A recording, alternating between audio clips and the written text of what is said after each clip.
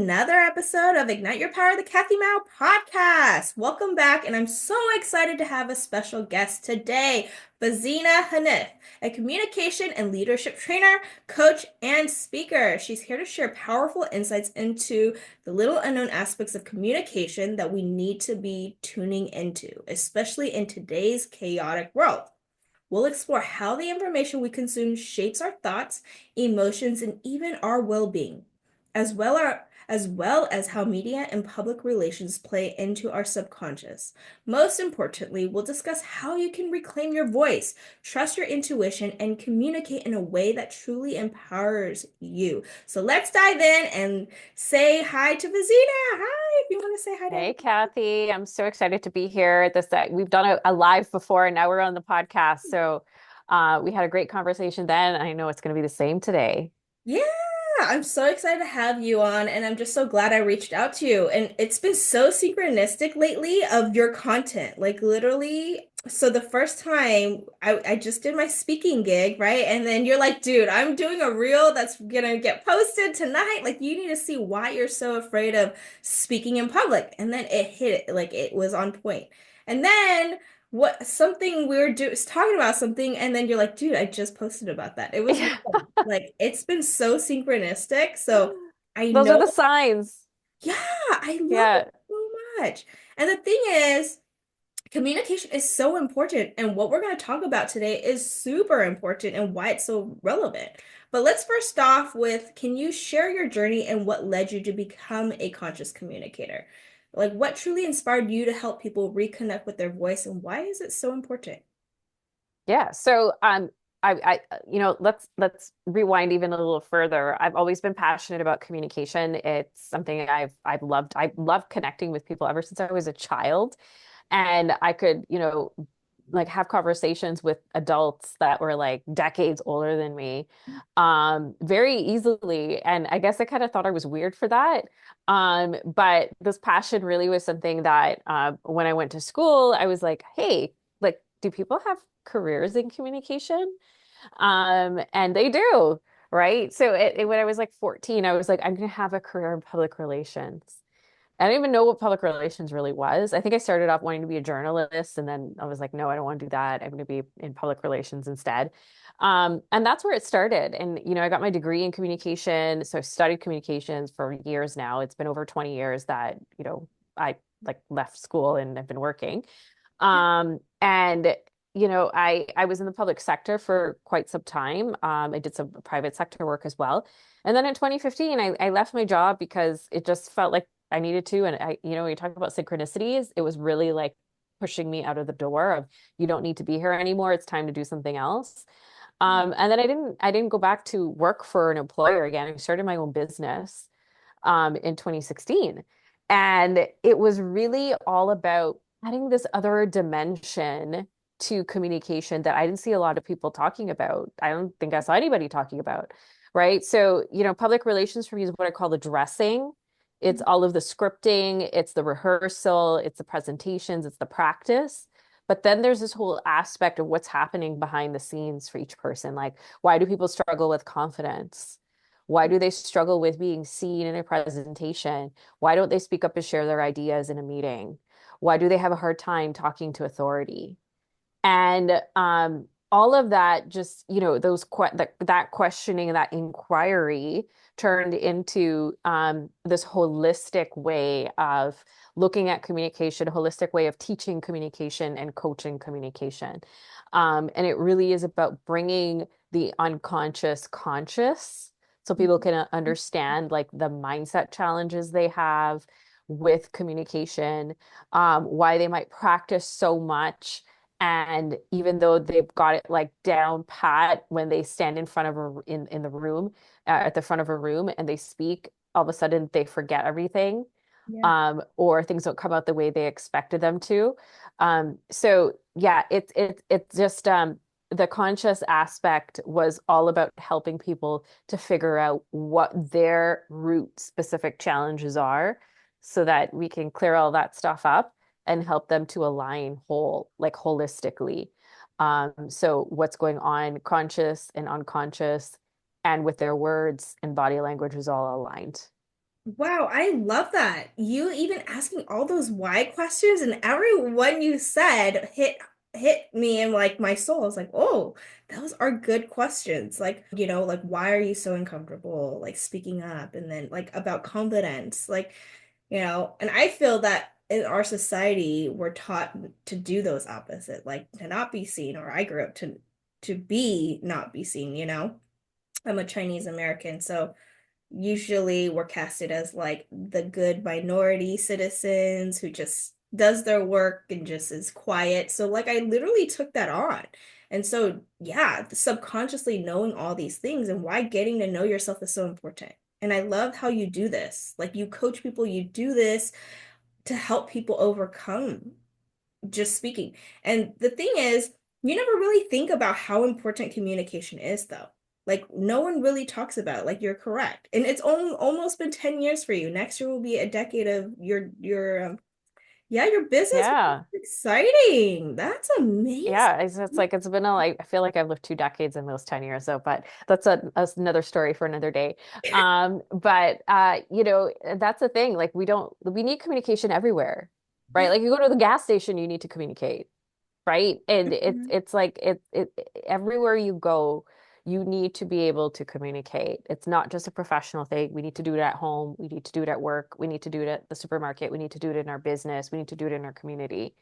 Yeah. And you know what? I'm really glad that you just shared like, being a Chinese American and, that experience. Like I'm Indo-Guyanese. And so a lot of the women in my culture weren't taught to use their voices. We were taught Yeah. to be in the background and not speak up, right? So culture plays such a huge part in this. And it's something that I often work with people on as well, because we don't realize how much of that stuff, even though we're at work, we're not necessarily taking our culture to work, Yeah. but it's coming with us because we can't separate it Yeah. from who we are, Yeah. right? So, but when we start to like, unpeel those layers of the onion, right? Like we peel back the layers of the onion, Yeah. then we start to see the different pieces that make up our challenges for how we communicate. So true. I love how you pinpointed that. It is our culture, and then our culture makes up our belief system. So you start believing like, oh, I am supposed to be this certain way, and then everybody keeps telling me, society keeps telling me, yeah, you're doing it correctly. This is what you're supposed to be. But then you feel like you're not. You're like, I feel trapped. I was like, no, I know I could speak up, like I want to speak up, but then at the same time, I'm told I can't do that, and it's like Yeah. a battle, like a It's struggle. that battle between the authentic self that's trying to pull you out and the conditioning Yeah, from society, culture, family, wherever else, right? yeah, So we often end up in this internal struggle between who we know we're really supposed to be versus who we were taught we need to be. yeah. So Yeah. true. I love that.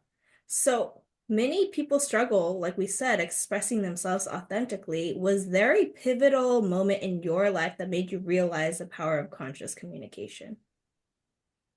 Oh, wow. That's a really great question. I would say it was when I was going through my divorce Okay. that I really experienced the need for me to unpack the challenges with my voice, get really conscious about what was going on so that I could embody the confidence, the power, the clarity that I needed to really stand up for myself and ask for what I needed and what I wanted, and to get through a really, really, really challenging time in my life. Yeah. Wow. Thank you for sharing that and being open with that, because that is a really tough thing to deal with, No one wants to. But I feel like all the hardships in your life leads you into like your life purpose or what you're meant to do, So that led you into you're being conscious about communication. And when you are divorcing, because my twin sister is a divorce attorney, and she's like, dude, a lot of these women or people, like when they get a divorce, they use their emotions to act and get what they want, but it's never effective. So she's there to like use it and put it into words and like, just be straightforward. And it just shows how communication is so important. Yeah, absolutely. You know what? I love that you talked about that because that was one of the biggest learnings that I had as well. And we are humans, so we're emotional creatures, but we're not people who have been taught about our emotions Yeah. growing up, right?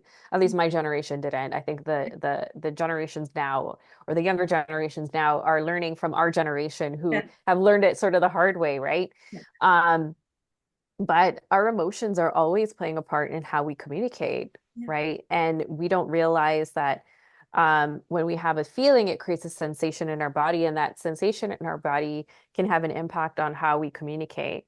So we could end up fighting, we could end up running away, right? We can end up people pleasing, we Yeah. can end up completely just collapsing in a situation and not participating. And so, our emotions, knowing how to fully become conscious of what those emotions are doing within us will have an impact on how we show up in a given situation. Wow. I love how you mentioned that and then elaborated. It makes so much sense. It is true. We're not taught emotional intelligence, and now being almost 40, I'm like finally tapping into more of that because I notice like when I have my daughter, I have to teach myself to be like more emotionally regulated because if I'm snapping or being all like too emotional, she's not gonna understand. Like even if I'm frustrated and mad, she's just like, okay, I'm still not gonna do it. And I noticed like it takes communication to like just tell her and keep telling her, keep telling her. And then she's like, okay, I get it now. Finally. You Yes. know? Yes. It's so crazy. Yeah, communication is so important. I love how we're talking about this. And it's funny how you were talking about in the beginning, though, how confidence plays a role in communication. And I really want to touch upon that because confidence is not taught either to us, right? It comes from like within, and then it comes from your experiences. And if you truly love yourself, or if you're confident enough to like, you know, voice your opinions, you know? Yes. So how do you work with your clients to make them more confident or to like at least notice like, oh, I'm lacking confidence in this part? And then like, how do you make them become more confident so that they can communicate better? Yeah, so there's a couple of things to that. And the first one being, if you're new to something, it does take time and experience, Yeah. right? So, if you've never given presentations before, the first time you stand up in front of a room, you're gonna, feel nervous, Yeah. right? But once you get one under your belt, you're like, oh yeah. Once you get one under your belt, you're like, oh, okay, I survived that. Like, I think I could do it again. I might still be a little nervous, but you could do it again. And then you do another one, you do another one, you do another one, and you build confidence like that over time. Mm. What's really interesting though is a lot of times people are not confident because they're not being who they are. Mm. And anytime you are not being who you truly are, you're wearing a mask and you have to put on a show. Yeah. And you're an expert of you. So when you are actually standing in your authenticity and you're communicating, you are like the most confident person there is. Because you don't have to keep track of the role you need to play or what you need to say to please people. You're literally being who you are. And that is the greatest piece and key of confidence that I tell people. And they're like, what do you mean? I just be myself. I'm like, yeah, you just need to be yourself. Because here's what happens. When you're in the middle of a conversation and you forget a word and you're just being who you are, all of a sudden you're not like, oh my God, I forgot that word. Like, what are people thinking? Oh my God, like what are they going to say about me? You actually just like, hey, oh, I meant to say this, or I apologize. This is what I really meant to say. Or you just move on and you continue what you're saying and you don't even think about it, Yeah. right? You're just being yourself. Yeah. That's what people want. They want you to be yourself, and that's the confidence. Yeah, so true. Okay, I'm laughing at myself right now because this exactly happened. So I've done the speaking gig at a prenatal class. So the first time I was so nervous. It was my first time, speaking in front of people in a long time. Like I haven't spoken up, like I think until school, right? Like they make you do presentations. And then I was like, not myself. I was trying to be perfect. I was trying to say the perfect things, and like I didn't say what I wanted to. And then I started getting like in my head exactly what you said. And then the second time I went, And then I was prepping for like what I was gonna say, right? And then I just knocked it and was like, forget it. I'm just gonna go with whatever my heart says. Like I speak usually anyways. I'm like always on a podcast. I'm always talking. Like, why can't I do this, Kathy? Like I kind of pumped myself up. And then it was so good. Like I think people like took away more so from that second time. And the first time, no one thanked me after that presentation. And then second time, everybody came up and was like, "Thank you, Kathy. Thank you so much for today. That was so helpful. That was so beneficial." And I was just like, "What? I didn't even prep for this. I just spoke from Yeah. my heart. I just shared my experiences." Yeah, and then like I guess I was confident so they could tell. I don't Yeah. know. You It's were crazy. authentic. You were showing up as yourself. Yeah. People No, resonate with that. They connect with that. yeah, so that was a perfect example to what you were saying because I was like, that is so true. That happened to me. So I was like, that's wow, that's Yeah. mind-blowing. There's your proof. Yeah. So if people really want to start learning communication, you need to start just learning and being authentically you. I think that's one of the first key things that you need to, right, really work on because Yeah. yeah, you can memorize all you want, like you said, but then once you get up there, you're like, frozen and just like, I don't know what I'm gonna say because you're just so nervous, you know? Yeah, and here's the thing. I also like to avoid making it seem like it's so simple to just stand up there and be yourself. Yeah. Because for a lot of people, that's really hard. Like some people don't know who they are, right? They've gone through things in life. They might have past trauma, right? They might come from cultures where they just weren't allowed to know their voice. Yeah. They weren't allowed to be seen, right? They were told it's better to be seen and not heard, Mhm. right? So like your voice didn't matter. Yeah. And or they've been conditioned to have a certain look and be a certain way that they're unable to really tap into who they are. If you ask them the question like, who are you? They'd have a real challenge of being able to answer that. Yeah. So the real work starts with becoming conscious and aware of all the ways you've been conditioned to not be yourself, right? And all of the patterns that you run, the limiting beliefs that you run, traumas that, you haven't processed yet, and really moving all of that out of the way so you can finally meet yourself. Yeah. And when you finally meet yourself, it's when you can actually meet your voice. And your voice will speak your truth. And that is the authenticity, the confidence that people are looking for. Oh, I love that piece of advice. That was perfectly well said. Look at you, you communicator. It was so good. That is absolutely correct. I totally believe that, and wow, you said it perfectly. Um, because when you don't even know yourself, and then you don't even tap into all of the traumas and all of your beliefs, etc., like what we said, you can't authentically speak up and just feel you, like. And Yeah. so you have to start from the beginning though. And that's me too. So I don't want to make it all about me, but I'm just giving examples of like how I was conditioned to not speak up and learn. And so I made this podcast to speak better and being more confident. And then it has like blossomed into me being me now, like, being more comfortable in front of people. And then like I've done it online, but then like now I'm doing it in person, and then learning my skills and putting that into like being in front of people, which is a little bit more different, but still in the end, it's like how you bring your confidence and show up, for yourself. And Yeah. And yeah. congratulations for doing that, Kathy, Thank because you. you really took a shot on yourself. And I think that's where it starts, right? Whether you start a podcast or you start seeing a coach or you go to therapy or whatever it might be, so you can start opening up this box of like, what is it that is above me that I can't, really meet myself yet.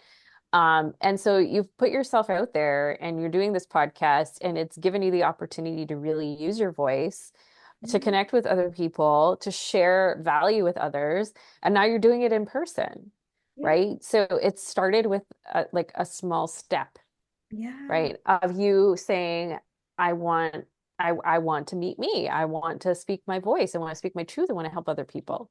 Yes. Yes, exactly. It started. And then now I get to do it on this platform. And then I get to have people like you, amazing people, to come on and like share their voice too and their experiences and their expertise. And that's what I love because I totally believe knowledge is power. And Yes, me too. really, knowledge is power. And today I saw that and it popped up in like an email, like knowledge is power. I was like, man, that is so true. Like I really truly believe that. And the more you know, and this is why I love having guests come on and share their experiences and their stories and their expertise is because, like the more people know about all these different things, the more that they can see what truly works for them, right? Yes, yes. And so I love how today we're talking about communication. I've not had a guest talk about this and, about how communication is so important. It really is. And so even today, right? Like we're constantly taking in information from social media, from the news and everyday conversations, right? So I know what we consume really affects how we perceive life, but how does, what we consume impact our thoughts, emotions, and even our physical health? Yeah. So here's the thing, like we all have a conscious and an unconscious mind. Mhm. Our conscious mind is like 10 to 15% of who we are. Our unconscious mind is like 90 to 95% of who we are. A lot of people don't realize that.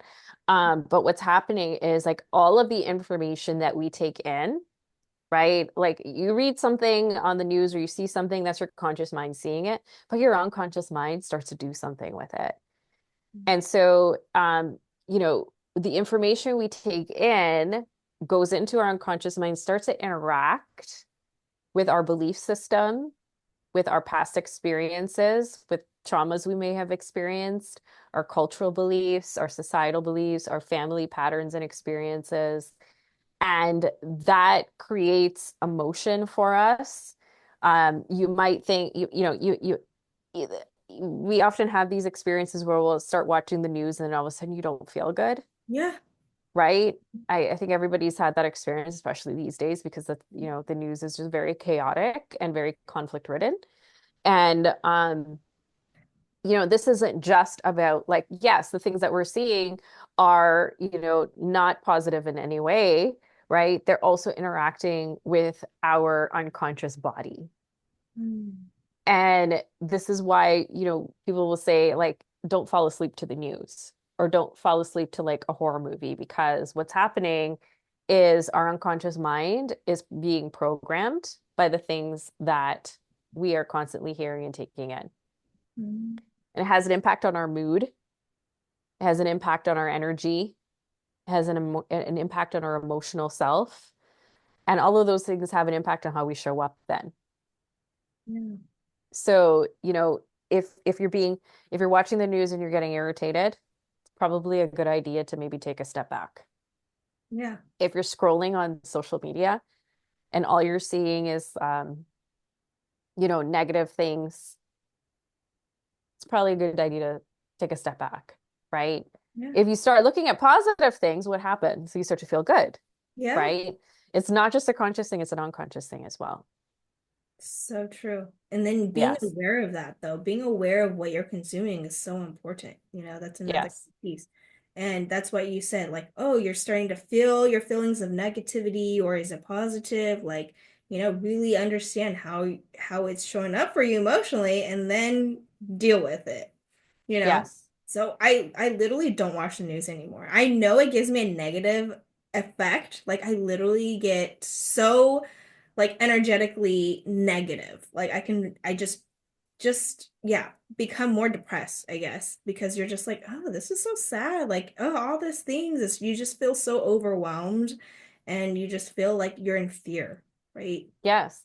Yeah, and you know what? It's also, there's a bit of like trauma bonding that's happening with a lot of people in the news and just politics and the economy and all of these things, right? Because, we're constantly like we're going and we're getting a hit of this negativity and then we're all of a sudden we're talking about it with other people and there are these like chemical reactions that are happening in our brain that are bonding us to this type of information.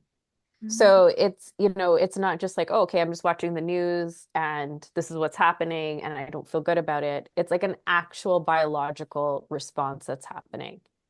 Wow. So, it takes some time to really get conscious of how our interaction is and what it's doing to us when it comes to external news sources. Like for me, I still watch the news sometimes, but I know my limits, right? I also have like a background in public relations and media relations. So I have a very good um I have a good knowledge base of how these things happen, and how messaging is created. So, I will watch it because I want to know what's going on in the world. But when I start feeling like an emotional experience come up, then I'm like, okay, wait a minute. Like, I need to put some boundaries around it now, Mm. right? Because it's great to like, stay up to date with what's going on, but I don't want it, having control over my emotion and the way that I feel in the day because I got things to do as well. Yeah. And I want to stay focused on that. Yeah. So that's so true, being aware and then knowing that for yourself. But how do people like really like stay away from the news or all these negative political things that's going on? Because I feel like most of the world is just so consumed by this. So then we're all just like in fear, full of anxiety, overwhelmed, like, oh my God, what's going to happen now? And like that's just so toxic to me. I just feel like yes, it's still gonna happen. It's still going on. Like, what are you truly doing though? Like, you can't even make, I mean, like, all you can really do is focus on yourself and how you treat other people, right? But then if you keep like looking at this content of negativity and then you're just like bashing on the other side, like there's always like, the two crazy sides, extremes. I try to find myself in the middle. Like I see it from both perspectives, and I'm like, okay, you're wrong, you're wrong, you're wrong, you're wrong. Or then I could see why this is right, or I could see why this is right. But in the end, let's like love one another and just truly be in like more of a positive state. But I feel like most of us is in that negative, like extremities. So how can one person like just like, be more in the middle instead of like being in the extreme of like, I think both sides are in like fear or some type of anxiety of what the other side's gonna do, right? So you're like, ah, Yeah, it's going to sound really funny, but yeah. the most important thing you can do is heal yourself. Like really, like look at like seriously, I just, it's like what is it that is getting triggered within me? Mm, Right. And I'm not, and that's separate from like, the system is inequitable in many ways and is harmful in many ways, right? So that's not to bypass any of that. But when there's a trigger within me, my question is, okay, what is it? What belief is being triggered here, or what pattern is being triggered here? And oftentimes, when I can pinpoint that, then I can diffuse the emotion that I'm experiencing and then actually look at the situation from a more objective lens. Um, and I really advocate for that. And I think that I do like that was the result of my own healing. Right? Is looking at my own patterns and the traumas that I experienced. And um, you know, our nervous systems don't know the difference between something that we are looking at versus something that we are experiencing. yeah. So if you're watching something combative, your nervous system thinks you're in combat, Mm, wow. right? Yeah. So, and if your nervous system thinks you're in combat, then how are you going to react? Right? Your defense is up. You're going to fight with people. You're going to be upset. You're going to be in a negative headspace. Yeah. But a lot of folks don't know this. And Yeah. in addition to that, our nervous systems communicate with each other, right? Like my nervous system will communicate with your nervous system and Wow. somebody else's nervous system all in the same space, which is why we'll say like, oh, the energy in this room, right? Like Yeah. everybody's nervous system is communicating with each other. So if we're already, if we're in a society of people who are constantly watching the news and their nervous systems are triggered to feel like they're in combat and we're all like walking in the supermarket, like the energy in that place is probably going to feel really heavy. You know Yeah. what I mean?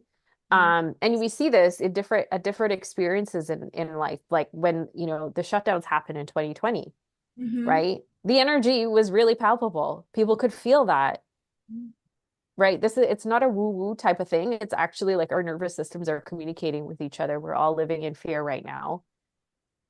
We're all feeding off of each other's fear because as humans, we're meant to be living in community and in connection. Mm. So this is another aspect of what's happening and why we need to be mindful of what it is that we're watching. So if everybody in the house is watching like something negative, then we're all going to be feeding off of that in the house, right? But if you switch it, you put on a comedy show, everybody starts laughing, then it lightens up the mood Yeah. because now our systems have calmed down. We know, okay, like we can laugh now, Yeah. right? So I would even like I would challenge people who are listening right now to try that out, That's right? yeah. Yeah. That makes so much sense. Why I feel that energy. I feel like the fear of both, and everybody's like, and it makes sense because we're feeling whatever the nervous system of the other person is feeling.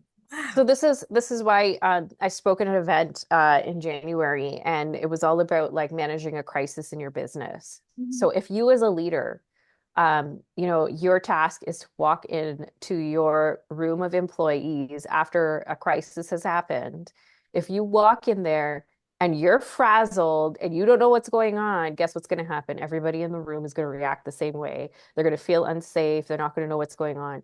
However, if you take the time to go in there with a response, right, that is grounded, that shows that you're in control of yourself and you're figuring things out from a place of really solid leadership, guess what happens? Everybody in that room, they calm down and they ground too. Wow. So it takes that one person too, though, like more of like the It leader, can, yeah. right? That's It can, yeah. Absolutely. because I'm thinking about it too from my household. Like, so when I'm more calm, like my husband is more calm because like he'll Yes. try to react if my daughter is like does something, right? And then I'm like, dude, just calm down. It's easy, it's chill. And then he'll like calm down. And then like my daughter will be calm too. And I'm like, wow, just being like in this calm state, I can affect them, you know? Yes. So whether you're a leader in an organization, a leader in your family, or the leader of a country, True. right? The way that you approach things is going to have an impact on the energy of everybody else. Wow. That makes so much sense. So right now, everybody's in like fear in America. Like, I don't know, it's just chaos because like the president's mind is like a little bit more chaotic. I don't want to be negative. I'm not going to talk about politics, but this is what he portrays. So then like everybody else is acting a certain way. And Yeah. So, yeah, and you don't have to get political about that, right? Like it literally is just talking about the state of the person. Like if yes. that's what they're bringing into the room, Hmm. then the rest of the room is going to follow suit. Yeah. Right. And I mean, yes, there's if you're people are conscious, so I should get really clear on this. Like people who are conscious, like have an expanded consciousness to recognize what's happening. Like there's going to be folks that are be like, oh, wait, like I see what's happening here. I'm actually going to like, put my boundaries up so that, I'm not affected by this. Right. So this is the reason why I say to you, like I still watch the news, right? Because I know when I get affected, what I need to get myself grounded again, right? So, yes, there's a way to interact with the information Hmm. and take in information. I'm not saying don't, right? Because we live in a society, we want to know what's going on, right? It's a matter of expanding your own consciousness and awareness about yourself and what you need so that when you are taking in information from different sources, right, you know what your boundaries are when you need to pull back or how far you can go. Wow, it's true. And that's why you teach people conscious communication, being conscious. Yes. And a lot of us are not conscious or even aware of like our thoughts, our emotions, how others people affect us. Like all of these things needs to be understood at a conscious level. So how do you Yes. teach people how to be more conscious in their daily life?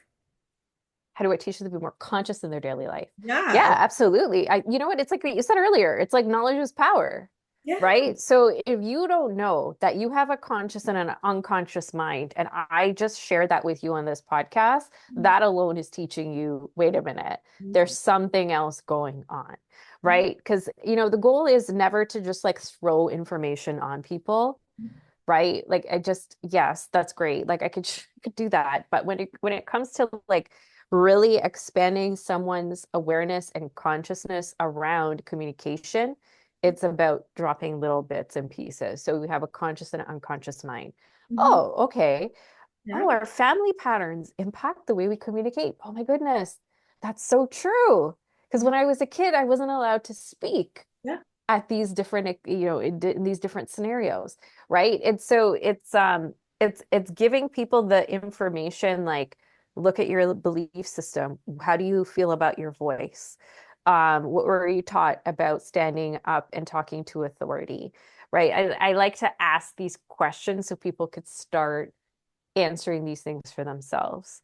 And then eventually it's like, oh, wait a minute. Like I didn't realize like all of these things were having an impact on how I communicate. It isn't just like writing sentences and practicing them and then standing in front of a room and saying what I have to say. It's actually a lot more than that. Yeah. Yeah. Yes. Thank you for sharing that. That's awesome. Absolutely true. Another thing that I want to ask though, right? So I told you that I'm very emotional, and a lot of us are emotionally charged, right? Many of us react instead of responding, especially in emotionally charged situations. But what are some key practices to shift from reactive to conscious communication? Yeah, absolutely. It's a great question. The first thing I tell people is to practice the pause. Mhm. You don't always have to react right away. And actually, we want to learn the difference between reacting versus responding, Hmm. right? And when we react, it's often very automatic, very autopilot, and often does not include logic or thought. It's just a reaction. And that's not to say there aren't situations where you will just react, right? Like there's going to be times where that happens. Um, but more often than not, if you're in like a conflict situation, there's nothing wrong with saying, hey, I want to take a moment to get my thoughts together before we have this conversation because I value you and I value our relationship, Yeah. and take a pause. Because guess what that does? It gives you both an opportunity to take a step back and get out of the emotion Mhm. that you are about to react from. It's hard to do. It's easier said than done. Yeah, it takes practice, right? Like and it's like that with it because I mean reaction is a habit, Yeah. right? We react, right? Like and I mean I learned this in my divorce. There was a point in time where I was just reacting the entire time, but what I realized was that I was actually being driven by an unhealed trauma. Mm. So when I healed that unhealed trauma, I was like, oh my goodness, this is completely different. Like I wasn't reacting anymore from that place. I could actually hold a calm and grounded space Yeah. and take a step back and pause before I said whatever I said. So it does require you to do some work around taking that pause and giving your response some thought before you go into the conversation. Now, that's not to say that, the reply back to you isn't going to be charged because we don't have any control over how people react to us, Mm. right? It does take, the people involved in the conversation to all, consciously say, wait a minute, I'm going to take a step back. I'm going to think about what I have to say before I come and approach this conversation from a better place than I am from this reactive place, right? So, but one person doing it alone can help to diffuse a highly charged situation. Mm. Okay, so like if so say me and my husband, so we do have like a lot of emotional banters all here and there, right? Because when you have a child, it's a lot. So you're always arguing. So we're always arguing. And I hate that about a relationship. So then I've noticed that when I just like, I don't think this is super healthy or not, but I usually want to respond and react, like react and then just like attack him. But I've learned to just like ignore it and just not even say anything and just act like he didn't even say it. And then later on, I will tell him, like, hey, that is not cool. Like, we need to talk about this and we need to sit down and calmly communicate, which has been more effective. Before we would just like literally banter and like argue back and forth in front of our daughter. That's terrible. Like, who wants that? And I know a lot of couples do this, right? My Yeah. parents did that, so I learned that. I was like, oh, that's how you're supposed to communicate is to yell at each other until like the other person understands. It's like that never works. You Yes. keep screaming. Um, but just me diffusing the situation was so good. It's true. Just even if one person just steps away. But then I feel like it does need both to communicate. Like if the other person's not reciprocating or like wanting to communicate in a calm way, then you can't get past that? Yeah, that's a bigger conversation for sure. Yeah. But luckily, my husband is okay with really sitting down and communicating, which is very helpful. Um, Yes. And and I feel like it does get better after having that conscious communication of like why were we triggered and like why are you upset about this or and sometimes it's just because he just didn't really know that I was feeling a certain way, you know? And then I'm like thinking in my mind, how are you not? But then I'm like, okay, I guess taking the time to try to understand his perspective and I'm like, okay, fine. But yeah, communicating is so important.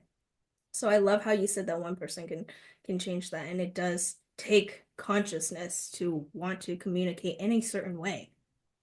Yes. Being reactive though, that I'm trying to work through that. Well, But this goes back to the whole piece about the nervous system, right? Because your nervous system is reacting, feeling unsafe, which is why you're reacting from a communication perspective, right? And then then that will communicate with his nervous system. And then all of a sudden he's reacting from an unsafe place too. And then he starts saying things in turn the same way, right? So the minute that you introduce that pause, you're giving yourself that opportunity to calm your nervous system so that when it goes into the space, your nervous system is also communicating with his nervous system from a Mhm. grounded place rather than a reactive place. So it's two things that's happening, right? It's a verbal like communication, but it's a nonverbal communication as well. I keep forgetting. That's so good. Thank you for pointing that out. That nervous system. Yeah, that's being more conscious about that. Like that Yeah. helps me understand, like, okay, he feels it. It's like an energy type of thing too, right? Like you can feel that his energy or he can feel my energy, even though we don't say it or really notice it, but then you're just like, oh, I'm annoyed and you're annoyed. And then we're just like, you know Yes. the nervous system. That's so cool how we are connected in that way, and I never knew that. That's such great piece. See, this is why I love having people come on and share their knowledge because I didn't even know that. I just thought of it more in an energetic aspect, but scientifically it makes sense with the Yep. nervous system. And so this is why a lot of us are in a very fight and flight mode nervous system, right? We're so overwhelmed, full of anxiety. A lot of us are. And then this is why there's so much chronic illness. I believe there's so much sickness going on, chronic inflammation, and a lot of people getting cancer nowadays than like how it was back in the day, right? It's just so crazy. Well, it's fight, fight, flight, freeze, and fawn, right? So Yeah. like our people pleasing tendencies come from fawn. So instead of standing up for ourselves and we acquiesce to other people, and then we're not really expressing our needs, and then we become resentful, and then all the other things happen too. So, it's recognizing like all the different ways that it impacts the nervous system and how that ends up translating into the way that you communicate and show up in your conversations. That makes so much sense. Yeah, you posted something about that just recently in your Yeah, post, I did. which is perfect. That's so Yeah, awesome. Yeah, those four things is fight, flight, freeze, and fawn. Yeah. yeah, Yeah, that makes so much sense. And, your nervous system comes back down to like on a scientific cellular level, how is your body like really functioning? And then how are you dealing with that? And then most of us are not really conscious or aware of how we are even dealing with it. Yes.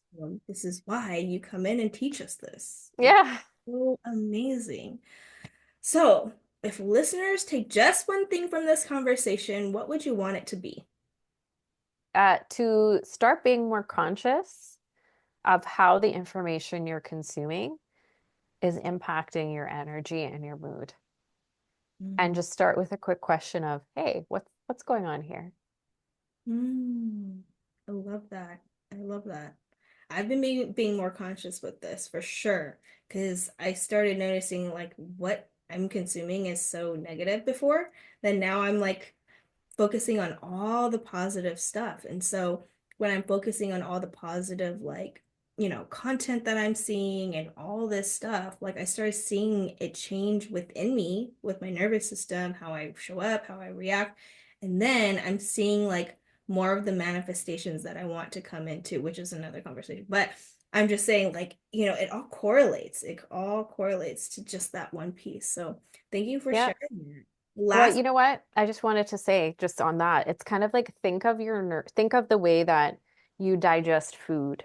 Like what are you putting in your mouth for food and how is that going through your system and nourishing your system? So when you take information in, it's also going through a system. Is it nourishing you or Wow. is it harming you? So Yeah. we're not talking about a digestive system, we're talking about a whole other system, but it's the same idea. Wow. Love that. I love that concept. That makes so much sense. What are you digesting? Wow. I'm gonna use that now. I'm gonna be like, yeah, Fazeena told me this, and Yeah. we need to really digest, yeah, or the content and be more conscious. Because just like the food, if you're eating processed or like all, natural foods, how is it digesting into your body? And then how does it show up? You know? Yeah. So true. I And love. what is it highlighting for you, right? Of where you need to do some work. Mm, Yeah. true. True. I love that piece of advice. That is amazing. Thank you so much for today and sharing your knowledge. But last but not least, where can the listeners find more about you? Yeah, you can find me on Instagram at the Conscious Communicator or on my website, theconsciouscommunicator.ca. I'd be happy to connect with you there. Yeah, and I'll put your links in the show notes below. But thank you for today's lovely conversation and you coming here, sharing all your knowledge. And I learned so much today. So I hope the listener Awesome. rewatch this and re-listen and take notes because it was so good. It really is such a powerful conversation and knowledge that you shared today. So thank you so much. Thank you so much for having me, Kathy.